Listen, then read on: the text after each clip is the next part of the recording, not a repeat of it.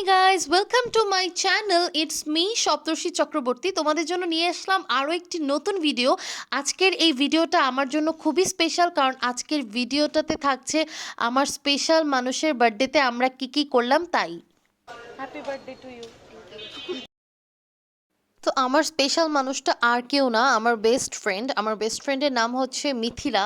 ওর সাথে আমার পরিচয় ক্লাস 6-এ। আমি সবসময় ঢাকার নারায়ণগঞ্জে থাকলেও ক্লাস 6 আর 7-এ আমি আর আমার ফ্যামিলি মতলবে ছিলাম, মানে আমার মামার বাড়িতে ছিলাম, আর আমার বাপি ঢাকাতেই ছিল। তো তখনই ওর সঙ্গে আমার পরিচয় স্কুলে। তবে ওকে আমি আগে থেকেই চিনতাম, যেহেতু ওর বাড়ি আর আমাদের বাড়ি একদম পাশাপাশি। তো ওর বার্থডেতে আমার যতটুকু মনে হয় আমি ক্লাস 6-এই একবার ওর সাথে ছিলাম, এছাড়া আর কখনো থাকা হয়নি একসাথে। তবে এইবার যেহেতু সুযোগটা পেলাম তাই আর হাতছাড়া করলাম না। সন্ধ্যের দিকে আমরা বেরিয়েছিলাম। প্রথমে আমরা মতলবের যে মন্দির, জগন্নাথ মন্দির, সেখানে চলে গিয়েছিলাম। ও আগরবাতি মোমবাতি কিনে নিয়েছিল জগন্নাথ দেবের উদ্দেশ্যে। তো আমার ওই দিন মনটা খুবই ভালো ছিল, কেননা অনেক বছর পরে আমি ওর জন্মদিনে ওর সাথে। এই হচ্ছে জগন্নাথ দেব, সবাই প্রণাম করে নাও, তোমাদেরকেও দর্শন করিয়ে দিলাম। তো তার জন্য কিন্তু আমার ভিডিওটাতে তোমরা একটা লাইক দিতেই পারো। এই যে আমার বার্থডে গার্ল, দেখো আগরবাতি মোমবাতি জ্বালিয়ে দিচ্ছে ভগবানের কাছে।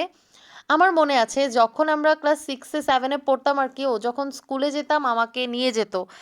ও এসে অনেকক্ষণ ওয়েট করতে হতো, আমি রেডিই হতাম না। সেইটার ব্যতিক্রম এবারও হলো না। ওর বার্থডে, তাও আমি ওকে অপেক্ষা করাচ্ছিলাম, রাস্তায় অনেকক্ষণ দাঁড়িয়েছিল। তো মন্দির থেকে আমরা কিছু ছবি টবি তুলে চলে গেলাম কেক কিনতে। রাফা কেক মার্ট অ্যান্ড কনফেকশনারি, এই দোকানটা থেকে আমরা কেক নিয়েছিলাম। এই মেয়েটার অনলাইনেও একটা পেজ আছে, আমি তোমরা চাইলে অবশ্যই দিয়ে দেবো পেজের লিঙ্কটা। তো এরপরে আমরা কেকটা কিনে চলে গেলাম হচ্ছে টেস্টি হাটে। এই রেস্টুরেন্টটা খুবই সুন্দর। মিথিলা আমাকে বললো এখানে গেলে তোর অনেক ভালো লাগবে, ছবিও অনেক সুন্দর হয়। তো আমরা নিচে বসিনি, উপরে বসার মতো প্লেস আছে, সিঁড়ি দিয়ে ওপরে উঠে গিয়ে বসতে হয়, দুটো ছোট ছোট রুমের মতো, তবে ওপেন রুম। তো আমরা সেখানেই বসেছিলাম, যেন একটু কথা বলতে পারি, নিজেদের মতো করে ছবি তুলতে পারি।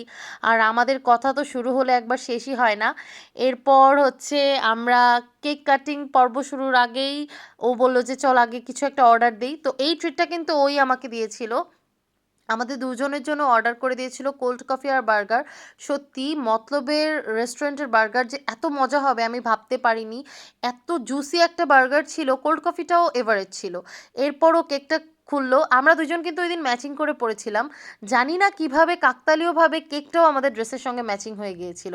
এই যে আমার বান্ধবী কেক কাটছে, ওর জন্য সবাই অনেক অনেক অনেক অনেক দোয়া এবং আশীর্বাদ করবে, যেন ও সবসময় এরকমই হাসি খুশি থাকতে পারে, ওর সব ইচ্ছা পূরণ হয়, ওর সব স্বপ্ন পূরণ হয়। এরপর আমাকেও একটু কেক খাইয়ে দিল আমার বান্ধবী অবশেষে।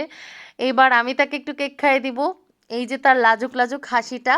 তো এই ছিল ওর বার্থডে ব্লগ। আসলে আমরা দুজন যখন একসাথে থাকি খুবই হাসাহাসি করি, খুবই পার্সোনাল কথোপকথন হয়, তাই ভিডিও করার আসলে কথা মনেই থাকে না। তবে অনেক বেশি ছবি তুলি আমরা। তো যেহেতু ওর বার্থডে তাই ভাবলাম যে এই সুযোগটা আমার হয়েছে ওর সাথে কাটানোর, ওকে একটু খুশি করতে পেরেছি, তাই তোমাদের সঙ্গে একটু শেয়ার করে নিলাম।